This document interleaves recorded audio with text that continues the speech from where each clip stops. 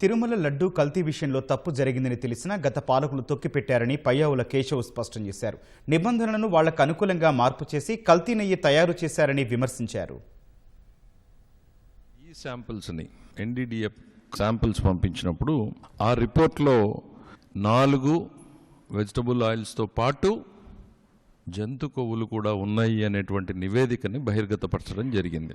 వైపు ఈ SIT enquiry తర్వాత ఛార్జ్షీట్ ఫైల్ చేయడం, సప్లిమెంటరీ ఛార్జ్షీట్ ఫైల్ చేయడం, ప్రభుత్వానికి ఒక ప్రత్యేక నివేదికని ఇదిగో ఇందులో జరిగిన తప్పులు ఇవి చర్యలు తీసుకోండి అని ఒక నివేదికని, తిరుమల తిరుపతి దేవస్థానానికి భవిష్యత్తులో జరగకుండా ఈ రకంగా నివారణలు చేయండి అనేటువంటిది ఒక సలహా ఇవ్వడం జరిగింది. తెలిసి జరిగినా దాన్ని తొక్కిపెట్టి దాన్ని మార్చేటువంటి ప్రయత్నం చేసింది గత పాలక మండలి అనడానికి CFTRI 2022 ఆగస్టు 3న ఇచ్చిన రిపోర్ట్.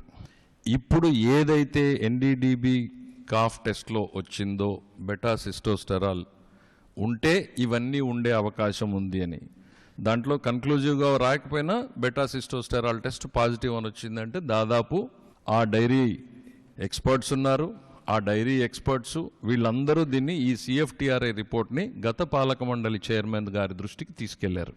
దాన్ని తొక్కిపెట్టారు, దాని గురించి మాట్లాడలేదు, మాట్లాడడానికి వచ్చినటువంటి వ్యక్తుల్ని కూడా మాట్లాడకుండా చేశారు. ఆ నేరం 22 నుంచి కంటిన్యూ అవుతా 24 దాకా జరిగింది అనడానికి మనకి NDDB కాఫ్ రిపోర్ట్ అనేటువంటిది చాలా స్పష్టంగా చెప్తుంది. అదే పంతా కొనసాగింది అనేటువంటిది.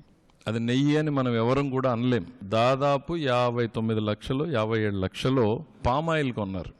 NDRIకి సంబంధించినటువంటి దానికి పంపితే వాళ్ళు ఏమన్నారు, these samples were tested by laboratory in house methodology, మా సొంత మెథడాలజీతో మేము దీన్ని పరీక్ష చేశాం, దీనికి థర్డ్ పార్టీ వ్యాలిడేషన్ ఇంతవరకు జరగలేదు, పెండింగ్లో ఉంది.